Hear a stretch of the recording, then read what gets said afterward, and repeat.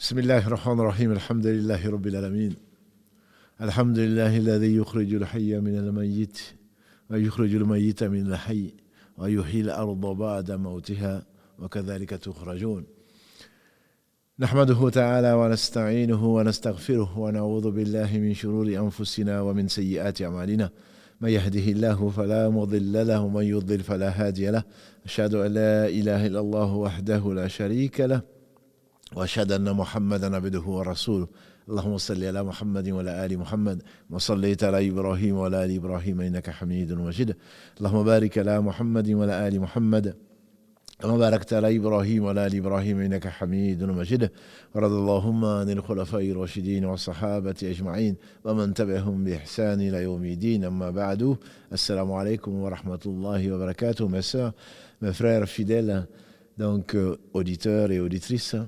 Assalamu alaikum wa rahmatullahi wa barakatuh. Bienvenue donc dans ce live qui est donc qui vous est consacré donc à tous ceux qui souhaitent passer une partie donc de leur temps dans le rappel d'Allah subhanahu wa ta'ala. Quel rappel?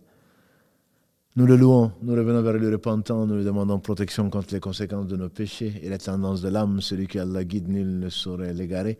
Celui qui est privé de sa guidée, nul ne saurait lui trouver le droit chemin. Et j'atteste donc qu'il est le seul digne d'adoration. Sagesse pour laquelle il a créé les djinns et les hommes. J'atteste de la véracité, de l'exemplarité de la prophétie de Muhammad ibn Abdillah, qu'Allah bénisse ce prophète, le sceau de la prophète, le meilleur des hommes que la terre a porté, sa famille, ses compagnons et tous ceux qui les auront suivis dans le droit chemin et nous fassent l'honneur d'en faire partie.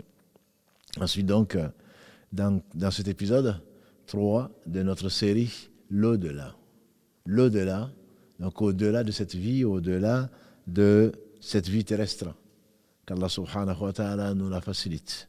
Nous avons vu dans l'épisode 2 la mort et les affres, et ensuite cette âme dont Allah seul sait la réalité. Yas'alunaka ani ruh, on t'interroge sur l'âme dans la sourate Al-Isra 17 verset 85, on t'interroge sur l'âme. Dis-leur, ya Muhammad, l'âme procède de l'ordre d'Allah subhanahu wa ta'ala. N'est-ce pas que c'est lui qui dispose de tout, il fait sortir le vivant du mort, le mort du vivant. L'âme ne meurt pas. Le corps certainement meurt, mais l'âme ne meurt pas. Et ensuite Allah va les reconstituer. Il va les coupler à nouveau. Et donc ce Seigneur subhanahu wa ta'ala a voulu que nous soyons tous équitables vis-à-vis de la mort. Et donc, Allah dit donc chaque âme va goûter la mort. Surat Ali Imran, verset 185. Toute âme va goûter la mort. Si le prophète alayhi salatu wassalam est mort, innaka mayyitun wa innahum mayyitun. Tu vois la mort et les voient la mort, comme Allah le dit dans la surat Al-Zumar 39, verset 31, comme Allah le dit, si Muhammad sallallahu alayhi wa sallam est mort, alors certainement toute âme va goûter la mort. Mais c'est pour ensuite ne plus jamais souffrir, dans son cas, et dans le cas des croyants, qu'Allah nous compte parmi cela. On veut rentrer au paradis, donc il faut mourir. Donc ce Seigneur subhanahu wa ta'ala a voulu que cette mort se réalise pour les meilleurs d'entre nous. Les savants disent, notamment Ibn Qayyim, qu'Allah lui fasse miséricorde, il dit que le cœur est comme un oiseau. Considérons-le comme un oiseau, c'est une parabole bien entendu. La tête, c'est l'amour. On l'oublie malheureusement souvent. La tête du cœur, c'est l'amour. Le cœur est fait pour aimer, pas pour détester. Et la haine et l'amour ne coexistent pas. L'un va chasser l'autre. Le cœur de l'oiseau, c'est la tête de l'oiseau, c'est l'amour. Les deux ailes de l'oiseau sont l'espérance ou l'espoir et la crainte. Que devient un oiseau sans tête? Bien entendu, il est mort. C'est pour cela que malheureusement, nos adorations parfois prennent l'aspect de la routine et de l'administratif. Donc quand il n'y a pas d'amour, parce qu'on ne connaît pas Allah, si on le connaît certainement, on l'aime. Et l'espoir et la crainte sont les deux ailes. Quand l'oiseau perd une des ailes, bien entendu, ce sera la proie des prédateurs. La crainte d'Allah subhanahu wa ta'ala nous nourrir notre vie, sauf au moment où on sent la mort. C'est un moment important où il faut garder l'espoir. Le prophète alayhi salatu wassalam nous a dit qu'aucun d'entre vous ne meurt 3 jours avant sa mort, qu'aucun d'entre vous ne meurt qu'en ayant la meilleure opinion d'Allah subhanahu wa ta'ala. Il a visité un jeune qui était à l'article de la mort. Il a dit: comment te sens-tu? Il a dit: je me sens avec de l'espoir, de la miséricorde d'Allah subhanahu wa ta'ala, et je crains pour mes péchés. Et le prophète alayhi salatu wassalam a dit: personne ne meurt dans ces conditions sans que Allah ne lui donne ce qu'il espère, c'est-à-dire sa miséricorde, et ne le préserve de ce qu'il craint, à savoir les conséquences de nos péchés. Donc l'espoir doit être de mise. C'est pour cela que quand Aïcha, notre mère, une des femmes du prophète sallam dans ce bas monde et certainement dans l'au-delà, quand elle allait mourir, Ibn Abbas Kalalagré ainsi que son père lui dit à Aïcha: il te reste plus que peu de temps pour rejoindre celui que tu aimes le plus. Allah a révélé des versets dans la sourate An-Nur pour t'innocenter. Quand on a demandé au prophète alayhi salatu wassalam quelle est la personne qu'il aimait le plus, il a dit Aïcha. Elle a dit: laisse-moi tranquille, laisse-moi tranquille.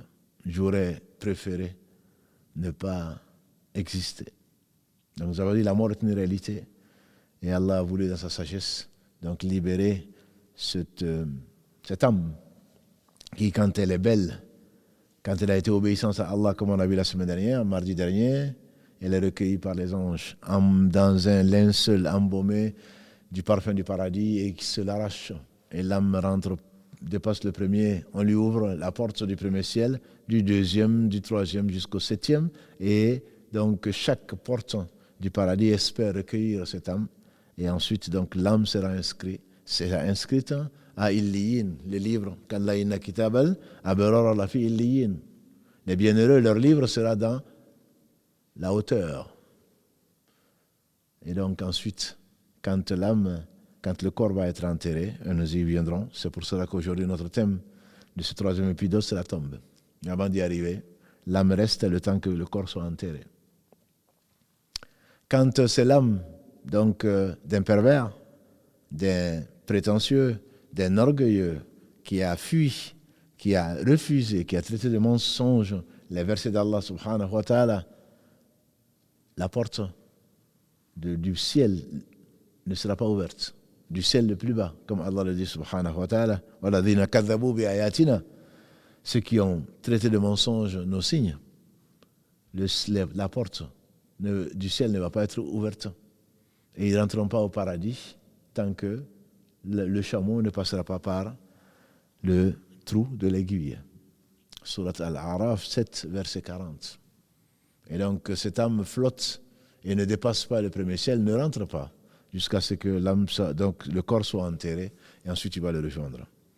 Donc quand on est à côté du moribond, on doit faire des invocations, on doit lui rappeler la shahada, pas dire la ilaha illallah, mais simplement le répéter à côté de lui. La ilaha illallah, la ilaha illallah. Et si son dernier mot est la ilaha illallah, il sera certainement au paradis comme nous a enseigné le prophète sallallahu alayhi wa sallam.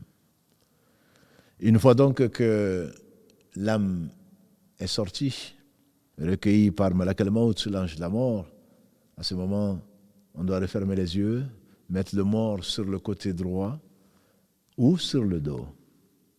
On doit le couvrir. Et ensuite, annoncer la nouvelle. Et parmi les choses dont il a droit, avant d'être enterré, c'est bien le lavage mortuaire.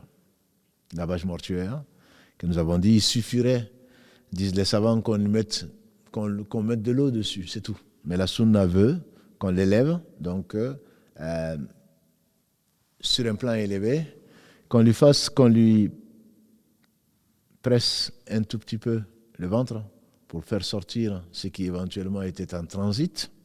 Vous avez compris, que ce soit l'urine ou les déchets, et ensuite on nettoie, mais toujours avec la partie intime, les parties intimes toujours qui sont couvertes. L'islam respecte jusqu'aux morts. Et même l'eau qu'on doit utiliser pour laver les morts doit être une eau qui est tiède. Ni trop chaude, ni trop froide.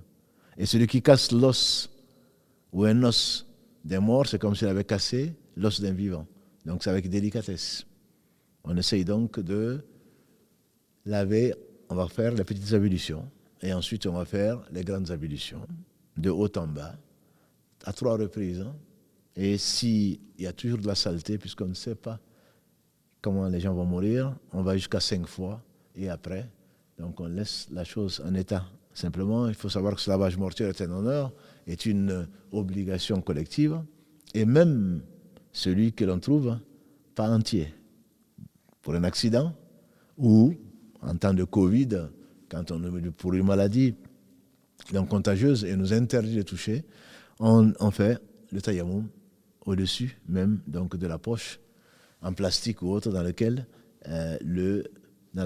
donc le mort a été enseveli. Et par conséquent, on fait juste le tayammum comme on sait le faire. Donc quand on le lave et ensuite on le parfume, comme ceci a été rapporté du prophète sallallahu alayhi wa sallam, avant donc de le transporter.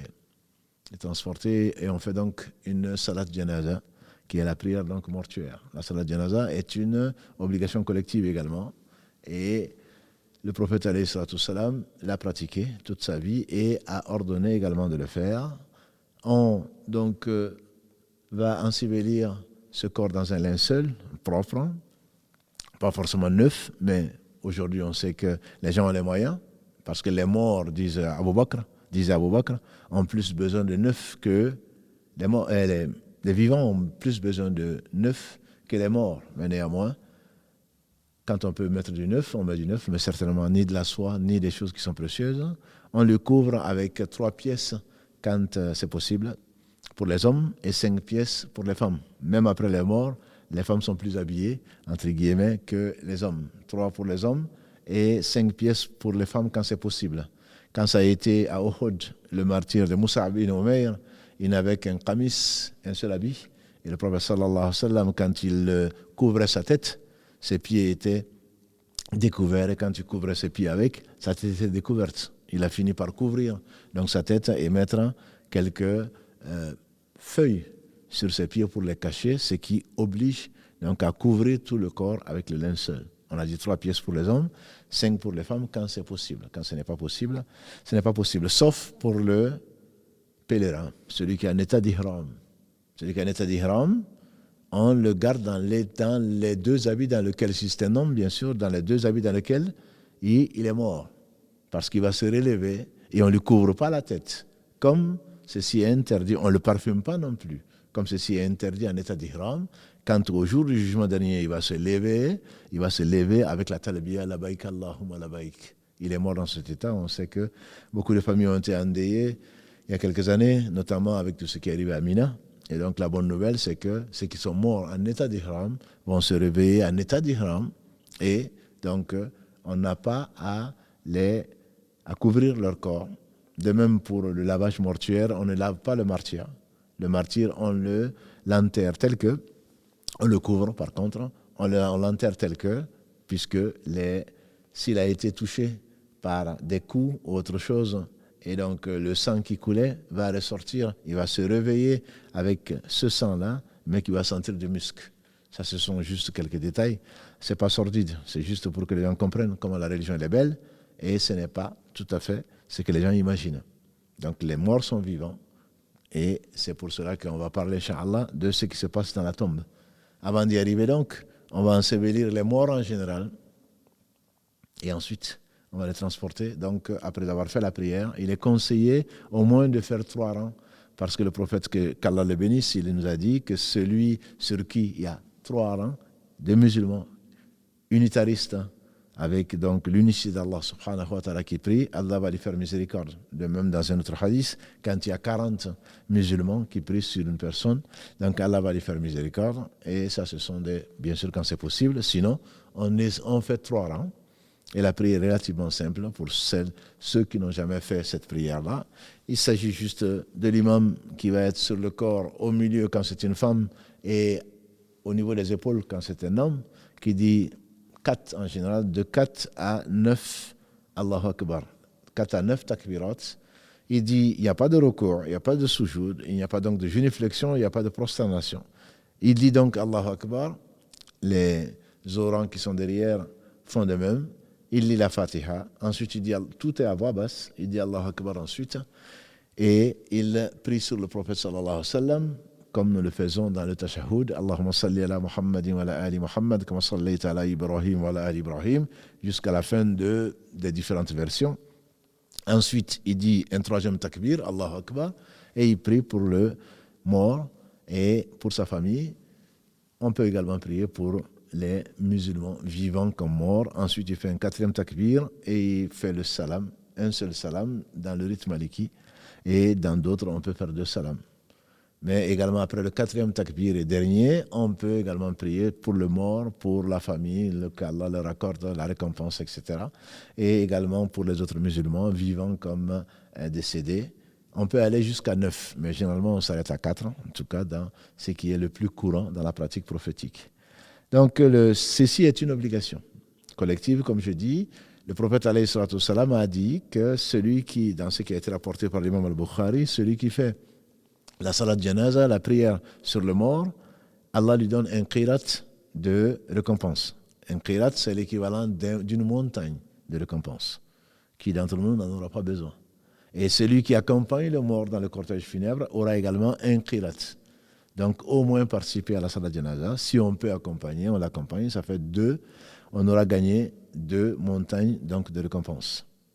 Donc on transportera le corps dans un linceul et la sunna, c'est de précéder donc, le cortège, précéder le corps. Ça a été la pratique de Muhammad sallallahu alayhi wa sallam et de ses nobles compagnons, notamment Abu Bakr et Omar, marchaient devant donc, le cortège funèbre, qui était transporté bien entendu, pour aller vers donc, ce lieu qui est le cimetière dont on parlera, Inch'Allah, dans 2 minutes. Il est également conseillé de presser le pas. Le prophète sallallahu alayhi wa sallam a dit, quand c'est un bienheureux qui attend donc la félicité, il dit « amenez-moi vite ». Et quand c'est un malheureux pour ce qu'il a mérité, il dit « où est-ce que vous m'amenez ?» Dans tous les cas, on se débarrasse entre guillemets de ce malheureux et on amène ce bienheureux vers sa demeure donc, de félicité qui est l'antichambre donc, du paradis, en tout cas dans son cas. Et enterré, donc arrivé au cimetière, il est déconseillé de s'asseoir avant que l'on dépose donc, la dépouille. On attend que la dépouille soit déposée et ensuite on peut s'asseoir et on creuse donc, la tombe si elle n'a déjà pas été creusée, puisqu'aujourd'hui, avec le peu de temps, etc., on creuse déjà la tombe qui va accueillir. Et dans notre sunna, la sunna, ce qu'Allah aime, subhanahu wa ta'ala, c'est creuser le trou de la tombe et faire une fente latérale qu'on appelle le lahad. Une fente latérale, de telle façon que quand on va mettre le mort, en faisant entrer d'abord ses pieds, quand on va mettre le mort dans la fente latérale et quand on va combler le trou, ce qu'on va faire descendre ne va pas être directement sur le corps, mais ça va être à côté. Dans un cercueil, bien sûr, ce n'est pas le cas. Ça, c'est le shaq, comme l'a dit le prophète sallam, le lahad, c'est-à-dire la fente latérale est notre sunna, notre façon d'agir. Quant aux autres confessions, c'est plutôt le shaq, c'est-à-dire on creuse directement et on met directement le mort. Dans l'islam, il y a de la miséricorde même pour le mort. Donc, il y a une fente latérale où on va placer le mort et ensuite, on va donc combler le trou qui est en réalité à côté. C'est là donc que les choses sérieuses commencent, entre guillemets.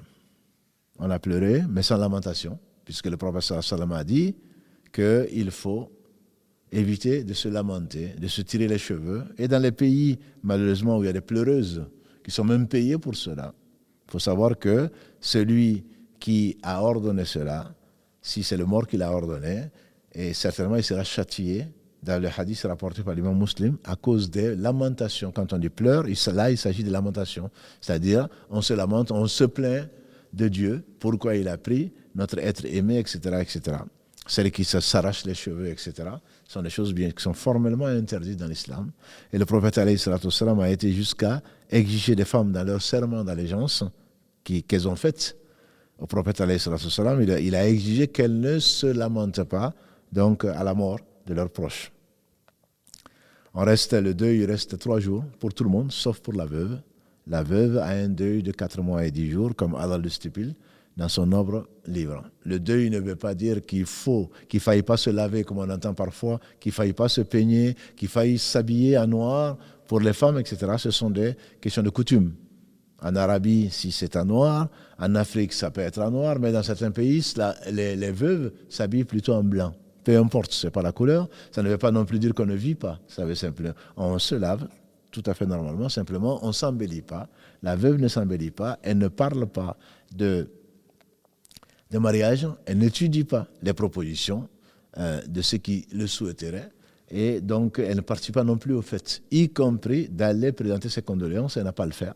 Elle n'a pas à le faire, elle reste chez elle, et encore moins participer se maquiller ou participer donc à des fêtes de mariage ou autre chose. Ceci est formellement interdit. Elle n'a pas ni à se marier, il y a un délai de viduité, comme Allah l'a dit, de 4 mois et 10 jours, 4 mois lunaires, et donc également, elle est en deuil. Et pour tout autre, que ce soit le frère, que ce soit la sœur, que ce soit pour qui tout autre que la veuve, c'est 3 jours donc de deuil. 3 jours de deuil, où on est triste, bien entendu, le temps donc que cette tristesse s'amenuise grâce à Allah subhanahu wa ta'ala, et heureusement que ceci existe, c'est-à-dire l'oubli. Et ça, il y a une atténuation de la douleur grâce à Allah, autrement on ne vivrait pas. Autrement on ne vivrait pas. Également les condoléances, on fait des condoléances au cimetière, à la maison, pendant 3 jours. Voilà la sunna. On va présenter ces condoléances, on va faire des prières, donc pour les morts, pour le défunt en particulier, mais on n'a pas donc à organiser une séance de condoléances pour recevoir, ça ce sont des choses qui sont inventées dans l'islam, ce sont des innovations. Il est interdit de s'asseoir quelque part et de faire venir pour recevoir les gens. On les reçoit pour ceux qui sont au cimetière, à la maison parce qu'on y est les gens qui viennent nous présenter les condoléances, c'est 3 jours, sauf pour l'absent. Pour l'absent, donc quelqu'un qui vient d'ailleurs, qui n'était pas là au moment de la mort, lui il peut présenter ses condoléances plus tard, mais la sunna, c'est de présenter ses condoléances donc dans les 3 jours à la famille du défunt. Ceci aide à supporter un peu plus donc cette tristesse. Mais celui qui se rappelle que tout appartient à Allah et que c'est certainement mieux pour le mort d'être dans cet état-là que s'il vivait. Le prophète alayhi salatu wassalam nous a dit que l'homme n'aime pas 2 choses et pourtant elles sont meilleures pour lui. Il dit la mort, parce que ça lui évite des tentations, parce que c'est la fin des tentations terrestres, ça lui évite des tentations qui pourraient éventuellement le faire sortir de l'islam. Il mourrait donc non musulman, et donc ce serait l'enfer, qu'Allah nous en préserve. Et il n'aime pas également la pauvreté, et pourtant les pauvres rentreront au paradis 500 ans avant les riches, et il a visité le paradis, la moitié des habitants étaient des pauvres, et qui n'auront donc pas de beaucoup de choses à rendre compte, puisque l'homme ne bougera pas d'un pas au jour du jugement dernier avant d'avoir répondu à 4 questions, dont une seule est comment tu as eu ton argent et comment tu l'as dépensé. L'homme n'aime pas la pauvreté et pourtant c'est mieux pour lui. Bref, on arrivait donc, on a déposé cet homme, cette femme dans le lahad ou dans son cercueil et on a recouvert. À peine on entend les pas. À peine on entend les pas. D'après le hadith d'Abu Huraira, qu'Al-Alagré, rapporté par l'imam Muslim, l'imam Ahmad dans son Musnad, d'après Abu Huraira, qu'Al-Alagré, à peine déposé dans la tombe, et qu'on entend encore les pas, des gens qui l'ont accompagné, voilà que 2 anges traversent la terre, et ne me demandez pas comment. 2 anges traversent la terre et le font asseoir. Les 2 anges, d'après un hadith rapporté par l'imam Tirmidhi, toujours du même Abu Huraira, qu'Al-Alagré, ces 2 anges s'appellent Nakir et Munkar. Ce sont des anges noirs aux yeux bleus. Anges noirs aux yeux bleus qui traversent donc la terre et qui font asseoir le mort, et l'âme me rejoint à ce moment-là, le corps. Et c'est le début de l'interrogatoire. Mais pour le croyant, Allah veut que les prières qu'il faisait dans ce moment, se mettent au niveau de la tête, en disant, vous n'aurez pas accès à moi, à celui qui a prié, vous n'aurez pas accès par ce côté-là que je défends. La prière va venir se mettre en défenseuse ou en défenseur du mort, du côté de la tête. Le jeûne va défendre le corps du côté de la droite. Quant à la zakat, pour ceux qui ont eu l'honneur de le dépenser, de le payer, la zakat vient défendre le corps du côté de la gauche. Il reste une porte d'accès qui est le côté des pieds. Alors, ce sont les bonnes actions, les autres bonnes actions qui viendront défendre le corps. Et en particulier, le lien de parenté que l'on a essayé, que l'on doit et qui est sacré à respecter, qui vient barrer la route donc d'accès à cet homme. Donc, il est protégé des quatre côtés. Quand il va être assis, les anges vont dire « assieds-toi », il va dire « attendez ». Parce qu'à ce moment-là, pour lui, ce serait comme la prière du Asr, entre le Asr et le coucher du soleil. J'ai pas, en se levant, quand l'âme va rentrer dans le corps, ce sera comme au moment du Asr. Il va dire attendez un peu, je vais faire ma prière. Les anges vont dire non, attends, tu réponds aux questions, ensuite tu vas faire la prière. Il va insister, je vais faire la prière. Les anges vont dire non, pas avant de répondre aux questions. Les trois questions sont connues. Quand il y a un examen, quand il y a une fuite et quand on connaît les questions, on se précipite et on les prépare. Et Allah nous a donné les trois questions qui seront posées à tout un chacun. À savoir, Ma Rabbuk, quel est ton Seigneur? Ma Dinuk, quelle est ta religion? Et qu'est-ce que tu penses de cet homme s'agissant de Muhammad sallallahu alayhi wa sallam? Et qu'est-ce qu'il t'a appris? C'est là où ta vie sur terre va t'apporter. Ta sincérité sur terre va te protéger. Allah dit subhanahu wa ta'ala dans la sourate 14, sourate Ibrahim, يثبت الله الذين آمنوا بالقول الثابت في الحياة الدنيا وفي الآخرة. Allah raffermit les croyants par la parole ferme, on dit la ilaha illallah, dans la vie d'ici-bas et dans l'au-delà. L'au-delà, on dit, c'est dans la tombe. Dans la vie d'ici-bas et dans l'au-delà. يثبت الله الذين آمنوا بالقول الثابت في الحياة الدنيا وفي الآخرة. ويضل الظالمين. Et Allah laisse dans l'égarement les injustes. ويفعل الله ما يشاء. Et Allah fait ce qu'il veut. Surat Ibrahim 14, verset 27. Donc ce Seigneur subhanahu wa ta'ala va raffermir la langue du croyant. Quand on va dire qui est ton Seigneur, il dira c'est Allah. Il sait, il l'a connu, il l'a aimé, il lui a obéi, il s'est éloigné de sa désobéissance, de ses interdits, parce qu'il a su que Allah n'a rien ordonné si ce n'est le meilleur, l'indispensable. Allah ne veut pas faire souffrir le fils d'Adam.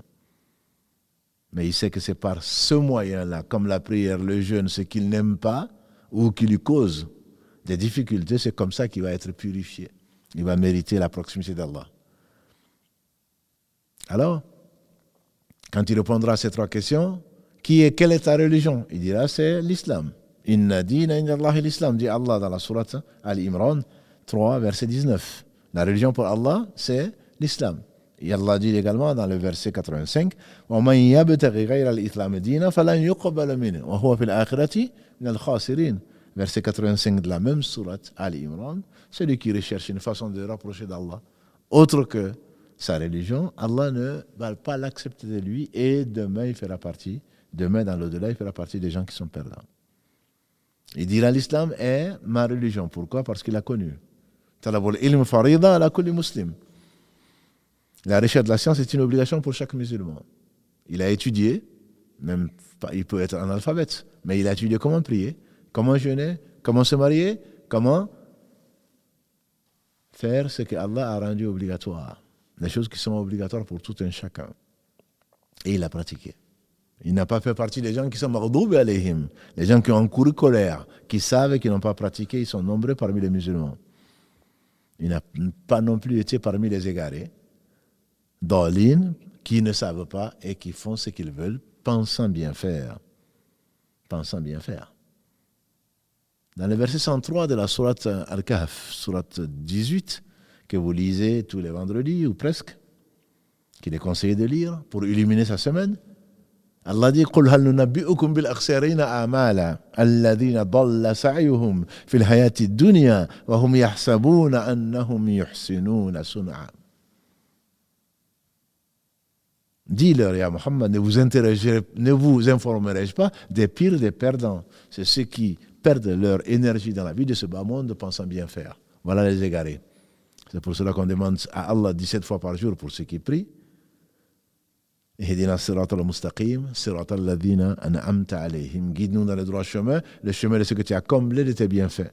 Ghayril maghdubi alayhim, non de ceux qui ont encouru colère. C'est qui savent et qui ne pratiquent pas. Et combien ils sont nombreux parmi les musulmans. Voilà, Dhalin, les gens qui sont égarés, et il y en a beaucoup également, qui pensent bien faire alors qu'en réalité, ils ne font que du mal. Ma communauté, a dit le prophète sallallahu alayhi wa sallam, ma communauté va se diviser en 113 parties. La communauté juive, de confession juive, s'est divisée en 71 parties. Les chrétiens sont divisés en 112 parties. La communauté juive, une seule ira au paradis, les 70 autres en enfer, ceux qui n'ont pas suivi Moussa. La communauté chrétienne, une au paradis, les 71 qui n'ont pas suivi Jésus, en enfer. Il dit, moi, ma communauté va se diviser en 113 parties. 71, 72, 73 parties, une seule ira au paradis. Les 112 en enfer, qu'Allah nous en préserve, ce sont les égarés. Bien qu'ils fassent ta shahada, bien qu'ils fassent partie de la communauté, ils iront en enfer. Pourquoi? Parce qu'ils ont dévié. Ils ont fait des choses que Allah subhanahu wa ta'ala n'a pas aimé et n'a pas ordonné. On dit, mais quelle est cette partie? Il a dit, ce sur quoi moi je suis moi aujourd'hui, moi et mes compagnons. Qu'Allah les agrée tous. Et donc l'égarement amène à ceci. On veut bien faire alors qu'en réalité on fait mal. C'est pour cela qu'il ne faut pas suivre n'importe quel Satan, qu'il soit humain. J'ai entendu il n'y a pas si longtemps que cela une histoire, quelqu'un qui se prend pour ce qui n'est pas. Il s'est dit proche de Dieu et il dit que quand Nakir et Munkar, les deux anges vont arriver dans la tombe, quand ils vont t'interroger, c'est moi qui vais répondre. Jamais le prophète Mohammed sallallahu alayhi wa sallam lui-même n'a jamais dit cela. Il ne répondra pas. Il ne répondra pas. Ces trois questions sont posées à tout le monde, sauf deux catégories. Ce sont les prophètes, que Dieu les bénisse, qui, une fois enterrés, sont dans leur tombe en train de prier. Allah interdit aux bêtes de la terre de dévorer la chair des prophètes. Que ce soit Moïse, que ce soit Noé, que ce soit Abraham, que ce soit Mohammed, que ce soit les prophètes avant eux, avant lui en tout cas, que ce soit, je ne parle pas de Jésus puisqu'il n'est pas mort, comme Allah le dit dans la sourate An-Nisa 4, versets 157 à 159. Sourate 4, versets 157 à 159, « Wa ma qataluhu wa ma salabuhu » Il n'a pas été crucifié, il n'a pas été tué. Mais Allah l'a élevé, il reviendra avant la fin des temps, comme on le verra Inch'Allah plus tard. C'est l'un des signes de la fin du monde.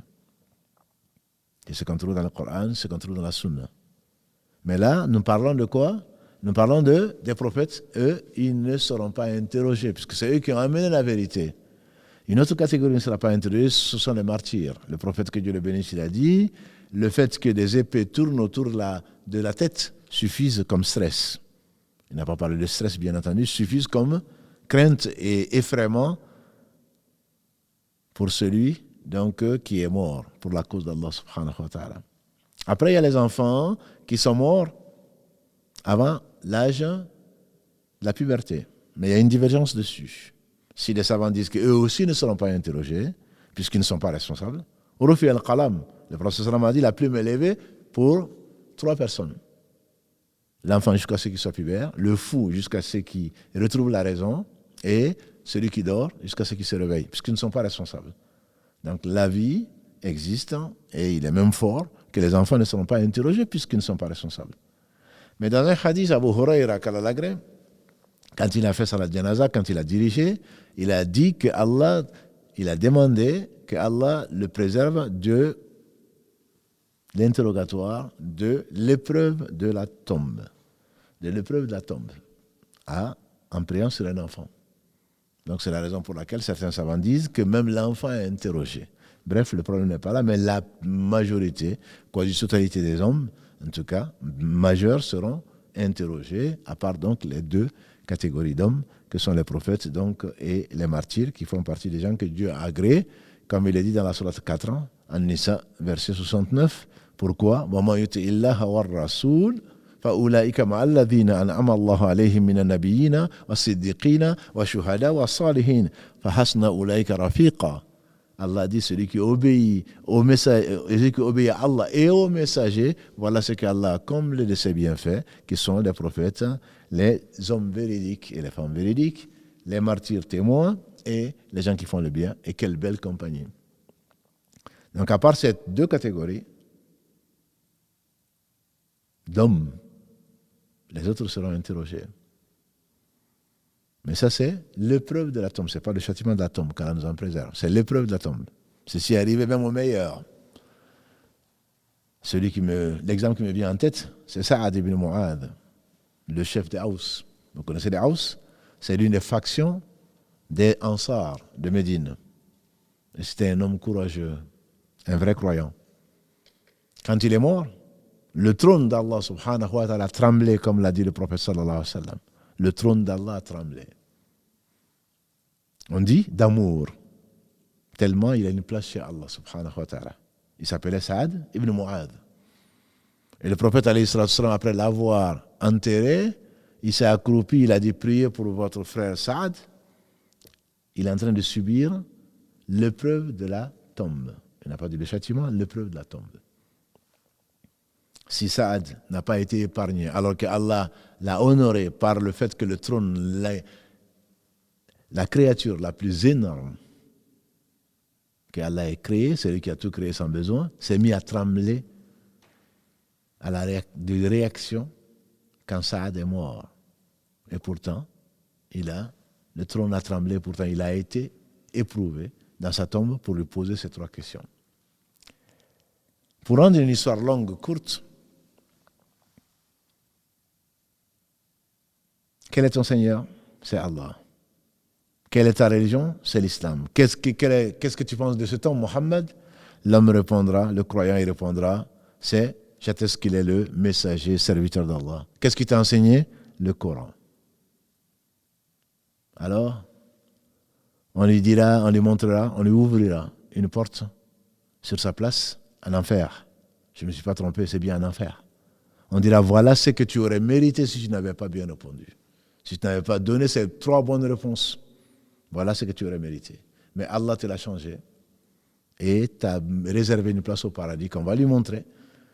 Et parce qu'il a dit ça, matin et soir, on lui montrera, on ouvrira une fenêtre sur le paradis, il verra sa place et il dira que le jour de la résurrection arrive rapidement pour qu'il puisse rentrer dans ce paradis. Le prophète alayhi sallam a dit chacun d'entre nous a deux places. Une place qu'on espère ne jamais occuper, c'est la place en enfer. Et une place qu'on espère occuper, c'est la place au paradis. Et à ce moment, une fois qu'il a répondu, il est sorti d'affaire. Et voilà que un homme s'approche de lui d'une belle allure. Et le mort lui dira, ne me demandez pas comment le mort va parler. Le mort lui dira, je ne te connais pas, mais tu ressembles à quelqu'un de bien. Il dira effectivement, moi je suis tes œuvres. Les bonnes œuvres que tu as faites, Allah va les transformer en un homme qui va te tenir compagnie dans la tombe jusqu'au jour de la résurrection. Et la tombe va s'élargir, comme on le trouve dans le hadith d'Abu Huraira, qu'Allah l'agrée, dans le Musnad de l'imam Ahmad, la tombe va s'élargir de 70 coudées de large, ce qui fait environ 20 et quelques mètres de large. C'est bien 10 fois plus large que les 2 mètres carrés dans lesquels nous sommes enterrés.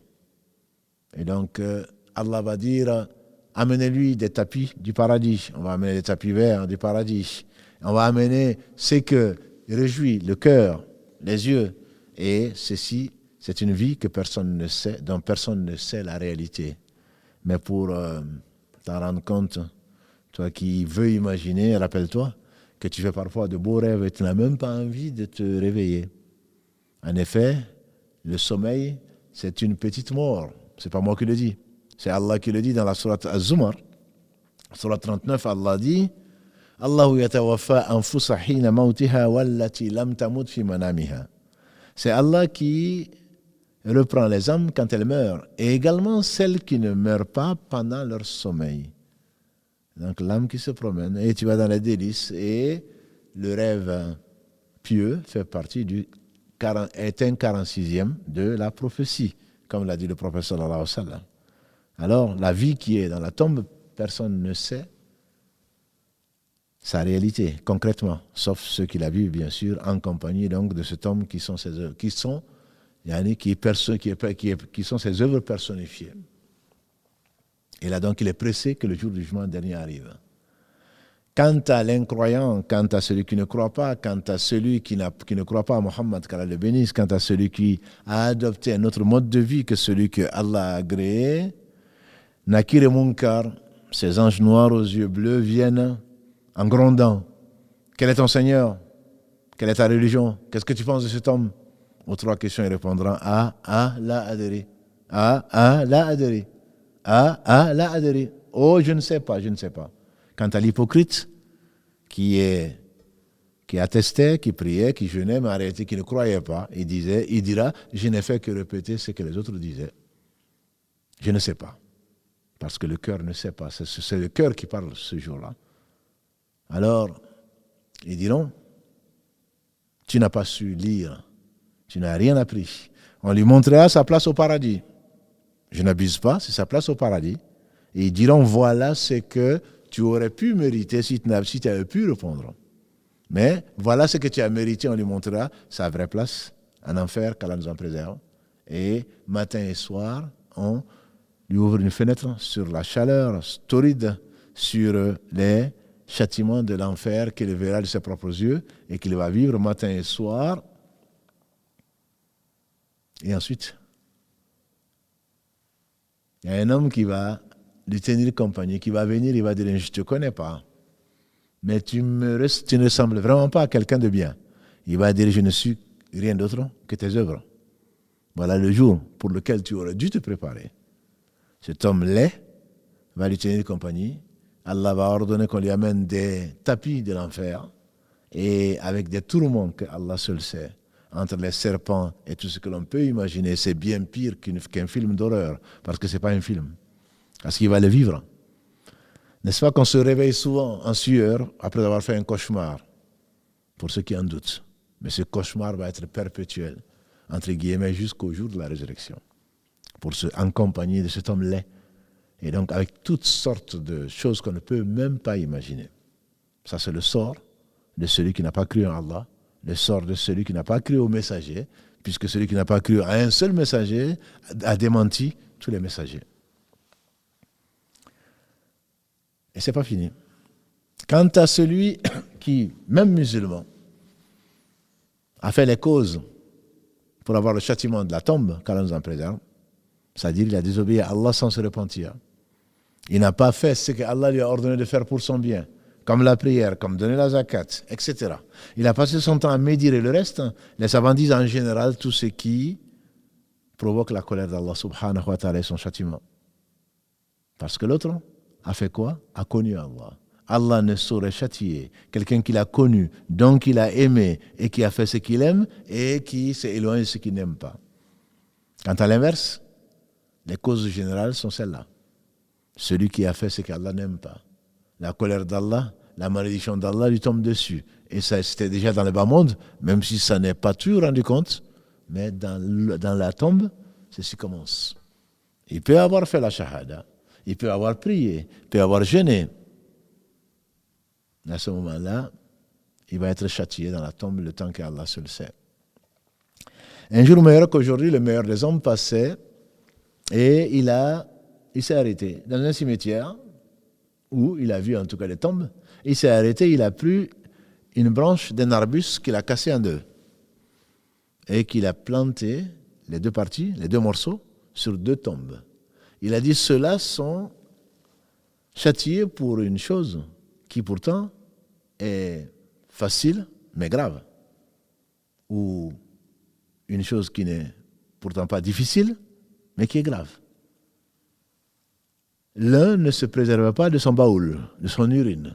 Quelqu'un qui, d'un point de vue propriété hygiénique, notamment, on sait que la validité de la prière dépend de la propriété du lieu, du corps et des habits. Celui qui ne s'abstient pas, qui ne se nettoie pas, qui ne fait pas attention, sa prière n'est pas valable. Et l'autre, s'aimer la zizanie entre les gens, l'anamima, en arabe, l'anamima. Et donc celui qui sème l'anamima, et Allah sait qu'il y en a beaucoup, je ne parle pas des médisants et des médisantes, je ne parle pas des calomniateurs et des calomniateuses, cela risque le châtiment de la tombe. Jusqu'à quand? Jusqu'à ce que Allah décide le contraire. Pour les gens qui n'ont pas cru à un seul messager, qui n'ont pas cru au jour du jugement dernier, qui n'ont pas cru à la vie après la mort, qui n'ont pas cru en Allah, qui n'ont pas cru en ses livres, qui n'ont pas cru au destin, ceux-là certainement seront châtiés jusqu'à la fin des temps. Quand on parle de fin des temps, de la vie terrestre, puisqu'il y a l'éternité, jusqu'à la résurrection, qui ne fait pas partie donc du sujet abordé aujourd'hui, ni dans l'émission prochaine, Inch'Allah. Quant aux musulmans, pécheurs, aux injustes, qui ne sont pas repentis avant, il se peut que le châtiment dure jusqu'au jour du jugement dernier. Mais il se peut que le châtiment s'arrête à cause d'invocations de ses enfants ou des gens qui ont fait le hajj à sa place, des gens qui ont, ou à cause du bien qu'il a laissé comme un enseignement, comme un puits qu'il a creusé, sadaqa jariya, etc., qui peuvent lui profiter après. Mais sachez, mes frères et mes sœurs, qu'il y a des péchés qui ne meurent pas. Il y a des péchés qui ne meurent pas. Celui qui a laissé une mauvaise pratique, entraînant les gens dans la désobéissance à Allah, quelle qu'elle soit, alors qu'il est dans la tombe, les péchés lui remontent. Puisque celui qui a montré le mauvais chemin, la désobéissance à Allah, il a le péché plus le péché de tous ceux qui ont reproduit ce chemin-là. Ne voyez-vous pas que Caïn, Qabil, le premier fils de Adam qui a tué son frère, Habil, Caïn et Abel, celui qui a tué Abel, le prophète alayhi salam nous a dit, il n'y a pas un sang qui coule injustement sur la terre sans que le péché remonte au premier qui a tué son frère, c'est-à-dire Caïn qui a tué Abel. Si tu laisses derrière toi des CD de je ne sais quoi d'autre, tu laisses derrière toi une pratique que les gens ont suivie en voulant bien faire, ignorant que tu étais, si tu ne reviens pas vers Allah avant de mourir, alors tous les gens qui vont suivre ce chemin, notamment les 72 parties de l'islam qui sont égarées, toi qui les as entraînés dedans, ou qui as transformé, ou qui as transmis, ou qui as enseigné ces pratiques qui ne sont pas des pratiques de l'islam, tu ne vas pas dormir tranquille. Si on peut parler de dormir dans la tombe. Il y a des péchés qui ne meurent pas. Donc il y a des gens qui, grâce à Allah, au travers des invocations, au travers des sadaqat, des bonnes actions que les gens feront après eux, Allah peut leur pardonner. Et celui qui n'a pas été châtié, qu'Allah nous compte parmi ceux-là, celui-là ne sera pas châtié par l'enfer. Celui qui a été châtié dans la tombe, si Allah veut, le jour du jugement dernier, il ne sera plus châtié puisqu'il a déjà été châtié dans la tombe. Mais celui qui a été châtié dans la tombe jusqu'au jour du jugement dernier, certainement, risque fort d'être châtié dans l'enfer pour le temps qu'Allah seul sait. S'il est mort monothéiste, il sera châtié jusqu'à payer son injustice. Si ce n'est pas le cas, c'est pour l'éternité qu'Allah subhanahu wa ta'ala nous en préserve. Il y a une vraie vie, mais c'est l'antichambre. Ce sera soit le paradis, soit l'enfer et le paradis pour les injustes, ou alors l'enfer pour l'éternité. Voilà les trois. Il y a trois mondes dans l'islam. Il y a le monde terrestre, et il y a le monde intermédiaire qu'on appelle le barzakh. Barzakh, c'est, Allah le mentionne dans la sourate al-Mu'minun, sourate 23, verset 100. Barzakhun, c'est que Kalla, Certainement pas, il y a un chemin un aller sans retour. C'est-à-dire c'est un barzakh, c'est une séparation entre la vie terrestre et la vie de l'au-delà. La vie de l'au-delà commence dans la tombe et elle se poursuit pour l'éternité. Et donc barzakh, c'est la tombe. Et Allah, dans sa miséricorde, a voulu qu'il y ait une tombe. Vous savez qu'on parlait de Caïn et d'Abel. Quand Caïn a tué Abel par jalousie, puisque les deux, comme Allah le dit dans la sourate Al-Ma'ida, sourate 5, verset 27 et suivant, quand Allah dit de narrer, Ya Muhammad, narre-leur l'histoire des deux fils d'Adam, les deux ont investi, ont fait des dons, et Allah a accepté de l'un et pas de l'autre. Celui de qui il a accepté a dit, Allah n'accepte que les pieux. La jalousie a poussé Caïn à tuer Abel. Et ensuite, Allah, dans sa miséricorde, il ne savait pas comment se débarrasser du corps, entre guillemets. Et voilà que Allah a envoyé un oiseau, Ghurab, en train de creuser la terre. C'est ainsi qu'il a dit, malheur à moi. Est-ce que je ne peux pas être comme cet oiseau, ce corbeau, pour ensevelir, creuser la terre et ensevelir donc le corps de mon frère. C'est ainsi que, ça c'est le verset 31 de la sourate Al-Ma'ida, sourate 5. Et la gravité de tuer une âme sans raison, comme Allah le dit dans le verset 32 qui le suit, c'est pour cela que nous avons prescrit au fils d'Adam, et au fils d'Israël plutôt, que celui qui a tué une âme sans raison, c'est comme s'il avait tué l'humanité entière. Celui qui a tué une âme sans raison, c'est comme s'il avait tué l'humanité entière. Et celui qui sauve une âme, c'est comme s'il avait sauvé l'humanité entière. Ce châtiment de la tombe, on a des preuves dans le Coran, pour ceux qui se disent coranistes et qui ne trouvent pas les preuves. La preuve la plus citée, c'est le verset 46 de la sourate Al-Ghafir, le pardonneur, sourate 40. Allah parle, dans ce verset 46, de Pharaon et de sa famille. Pharaon et ses acolytes. Ils seront châtiés avant d'être, et au jour du jugement dernier, ils seront exposés au plus grand châtiment. Ils seront châtiés où? Dans leur tombe. Et ce châtiment concerne toute personne qui aura vécu et qui sera au moins à l'âge adulte, qui ne sera ni martyr ni prophète, peut être concerné par ce châtiment si la personne est morte injuste. En effet, un jour meilleur qu'aujourd'hui, le prophète sallallahu alayhi wa sallam, il avait été sur une mule. Et il était chez les Banu Najjar. Il était sur une mule, tout d'un coup, la mule a quitté la route. Et il a dit, la mule vient de fuir parce qu'elle a entendu le châtiment de la tombe. Quelles sont ces deux tombes? On dit que c'était deux tombes de polythéistes. Et Pharaon, comme on le sait, châtié matin et soir.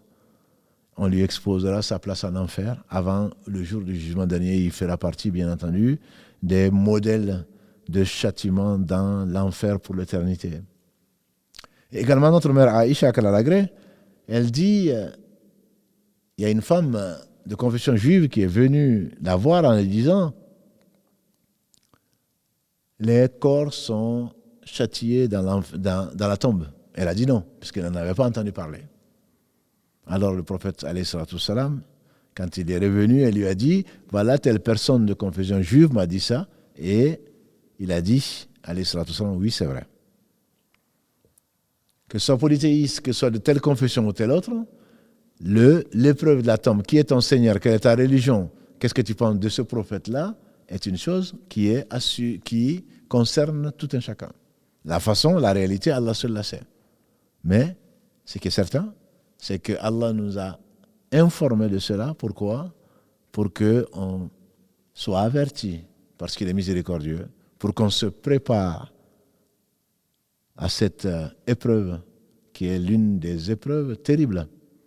Le prophète alayhi salatu salam nous a dit, ne négligez pas, à la fin de chaque prière, de demander à Allah protection contre 4 choses. Allahumma inni a'udhu bika min adhab jahannam. ومن عذاب القبر ومن فتنة المحيا والممات ومن شر فتنة المسيح الدجال. Oh Allah, je te demande protection contre le châtiment de l'enfer, contre le châtiment de la tombe, pas l'épreuve, le châtiment de la tombe, contre les tentations de la vie et de la mort et contre les maux des tentations de l'Antéchrist. On en parlera, Inch'Allah, de l'Antéchrist plus tard, parmi les grands signes de la fin du monde. Ce sont des choses, donc, quand tu le sais, et qu'Allah bénisse Mohammed, qui nous a apporté ceci, qui nous a informé de cela et qui nous a enseigné tout le bien.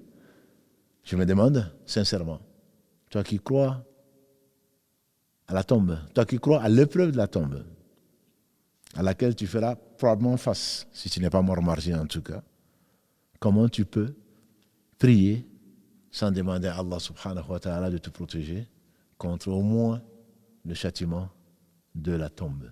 Celui qui est protégé contre le châtiment de la tombe sera protégé contre le châtiment de l'enfer.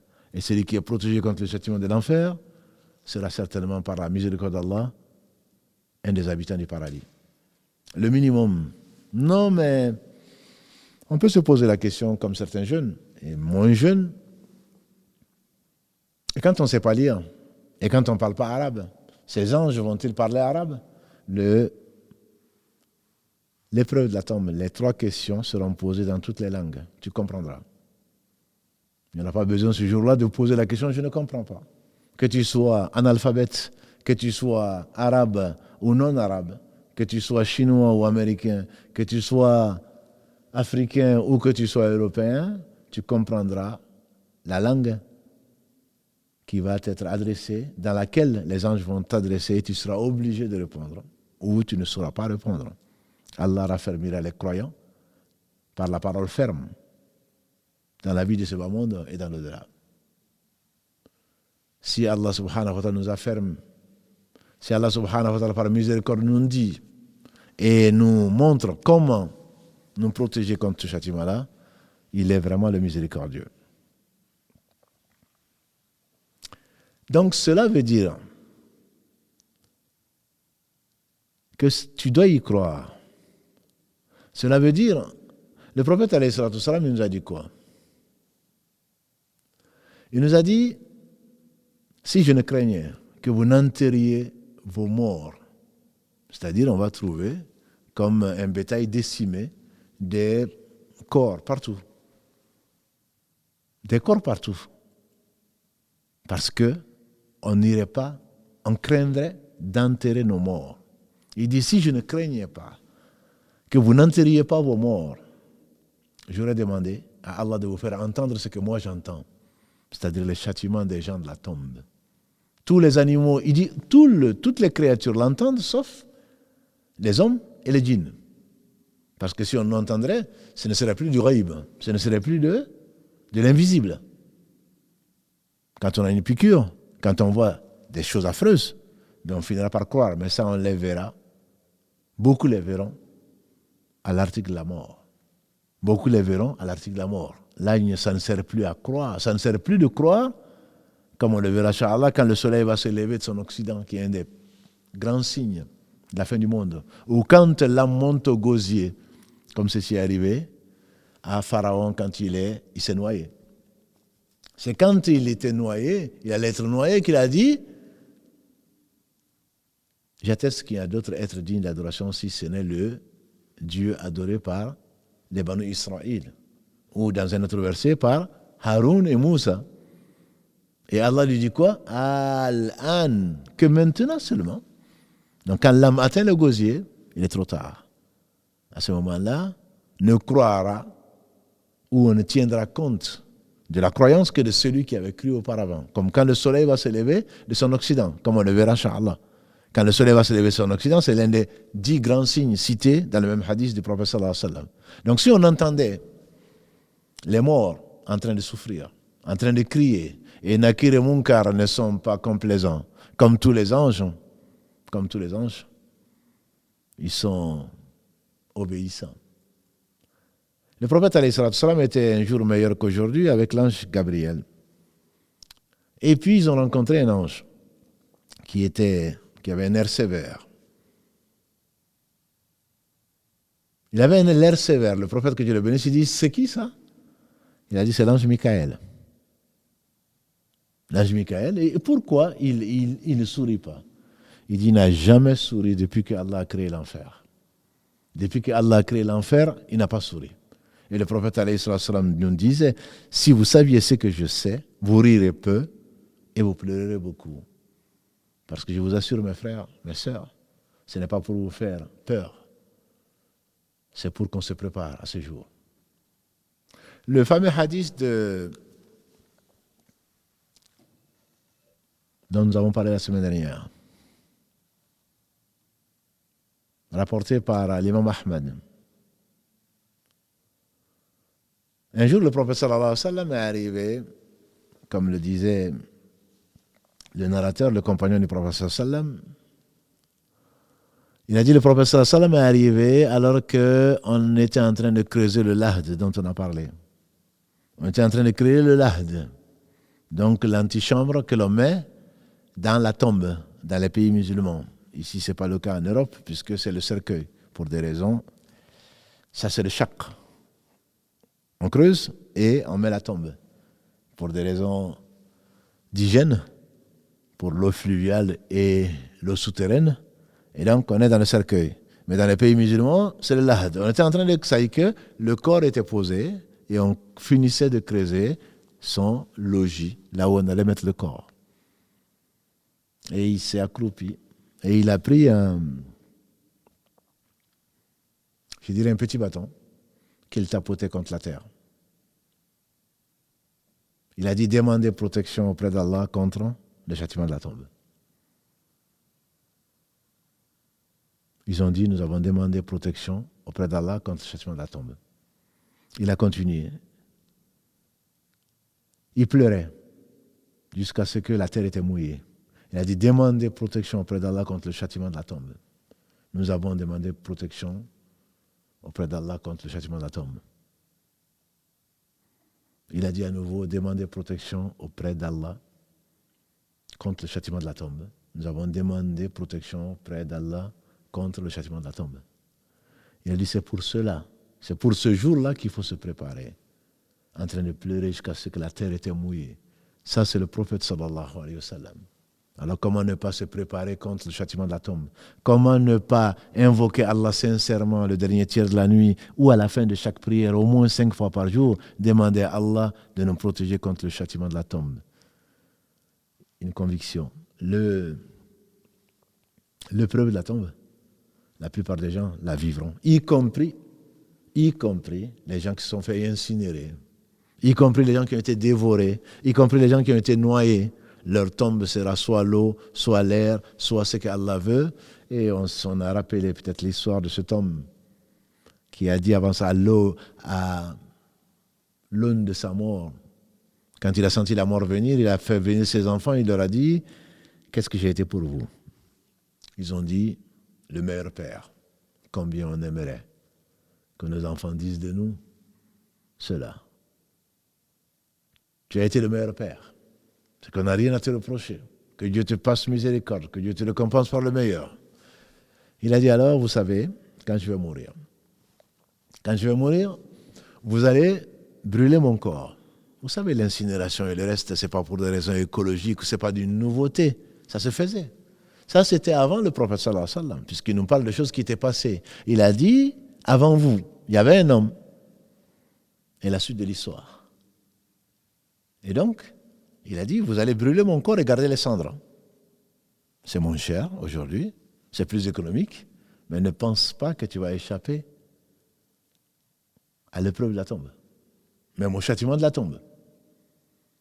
Et vous allez attendre, dit-il, un jour de grand vent, et vous allez disperser mes cendres.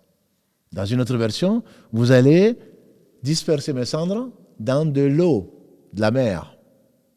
Et Allah va le ressusciter. Et Allah va lui demander, bien qu'il sache avant de l'avoir créé, pourquoi tu as fait ça? Il dit, parce que j'ai craint ta rencontre. J'ai craint ta rencontre. C'est pour cela que j'espérais que tu n'allais pas me rassembler. Et c'est pour cela que le prophète alayhi salam nous a dit, Allah ne réunira pas deux craintes dans le même cœur. ni deux états de quiétude dans le même cœur. Celui qui craint sa rencontre, et sa rencontre est sûre. Ma mère me disait qu'Allah lui fasse miséricorde, personne ne l'a absenté. Personne n'est mort en disant, tiens, j'ai trouvé Allah absent, donc je reviens. C'est un aller simple, sans retour. C'est continu. Si ta tombe est illuminée, si ta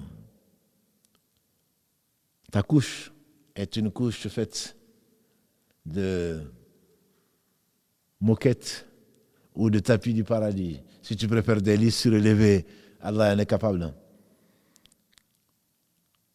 Ça entre ce moment et la résurrection, c'est Allah qui crée tout, tu auras l'impression de n'être resté que très peu.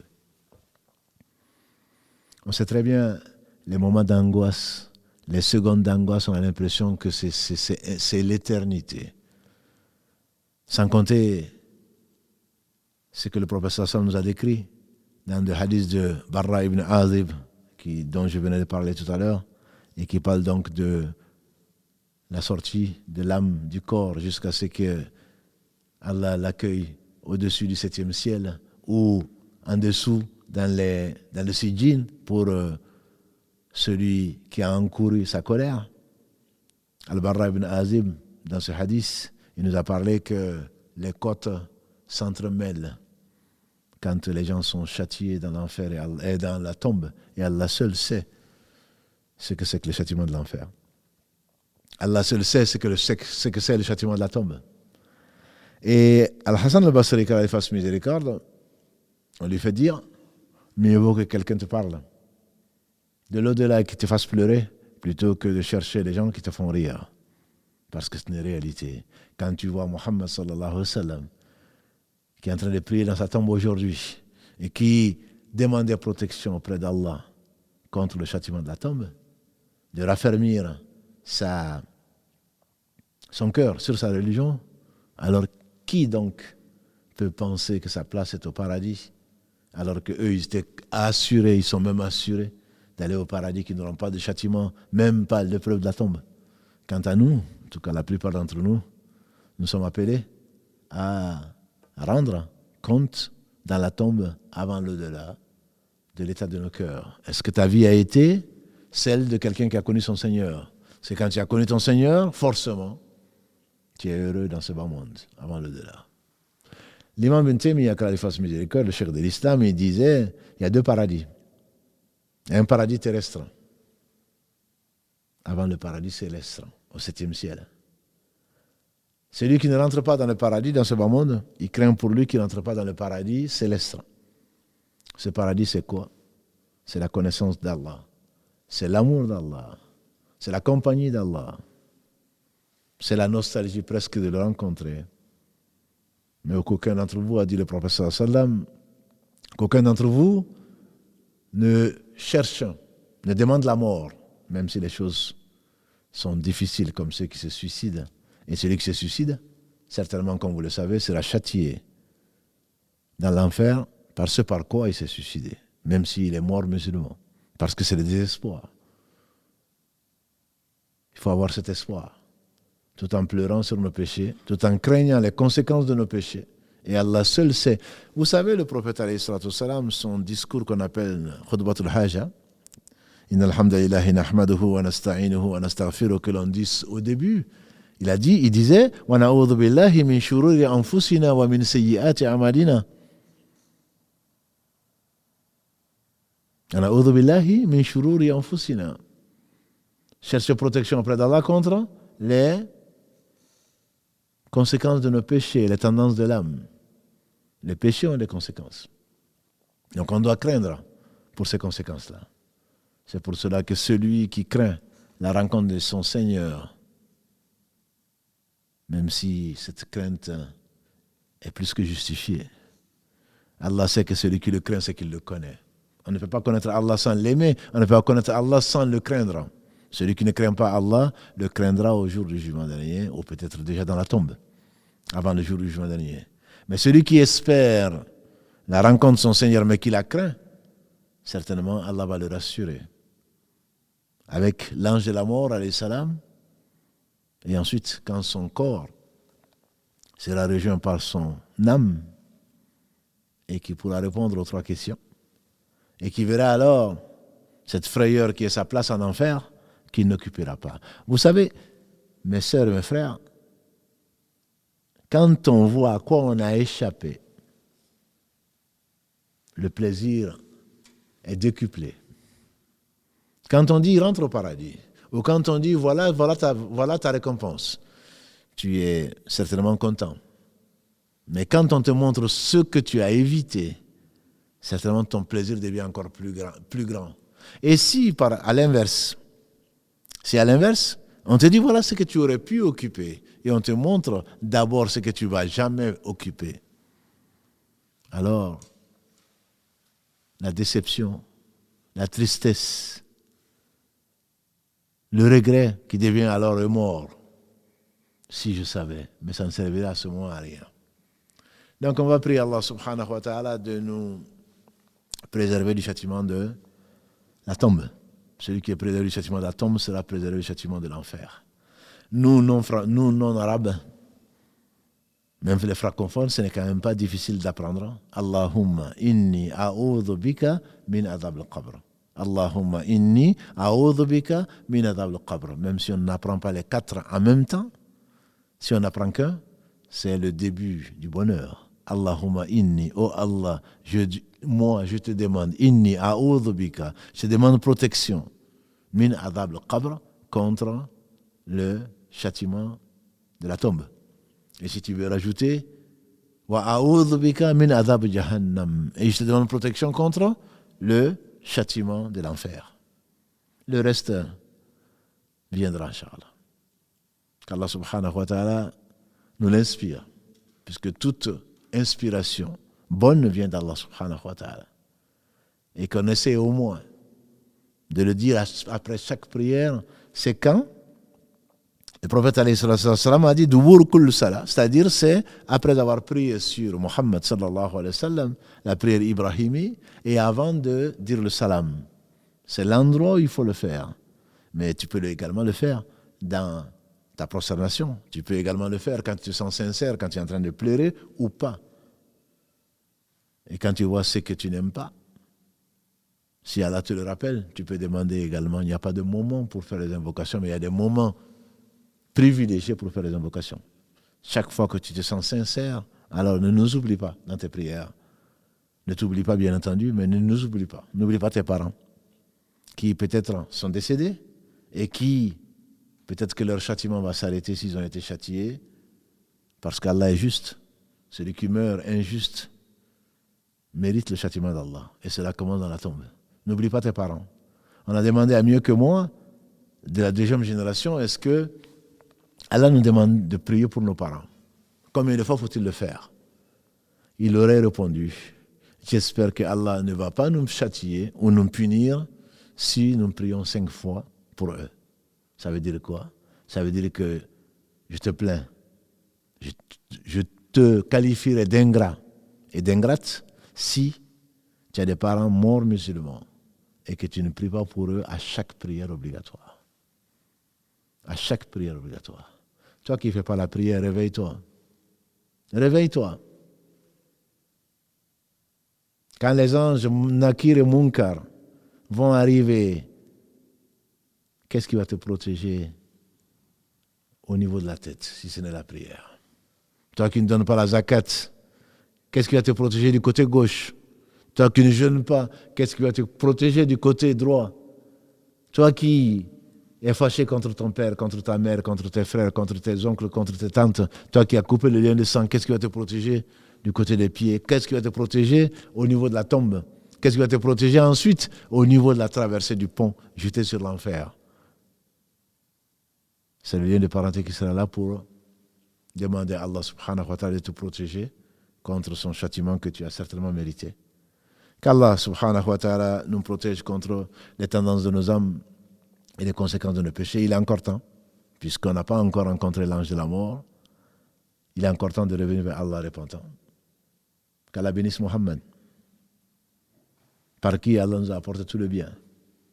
Qui bénisse sa famille, qui bénisse ses compagnons, par qui Allah nous a transféré Allah nous a informés de ce qu'il nous a laissé. Et tous les savants par qui Allah a purifié cette religion, l'a maintenue et nous l'a transmis. Et donc, les œuvres que nous faisons, 3 choses accompagnent le mort, a dit le prophète sallam, sa famille, ses biens et ses œuvres. Ce que l'homme va regretter, certainement, même s'il est au paradis, c'est n'avoir pas fait plus d'œuvres. Donc, il est temps d'œuvrer. Il est temps, avant de prendre le lit, avant de se mettre au lit, une petite mort, tu ne sais pas si tu vas te réveiller, tu ne contrôles rien du tout. Il est temps de revenir vers Allah repentant, de lui demander pardon et de lui demander la protection contre son courroux et d'être résolu à ne plus commettre les péchés qui ont jalonné notre journée et notre nuit.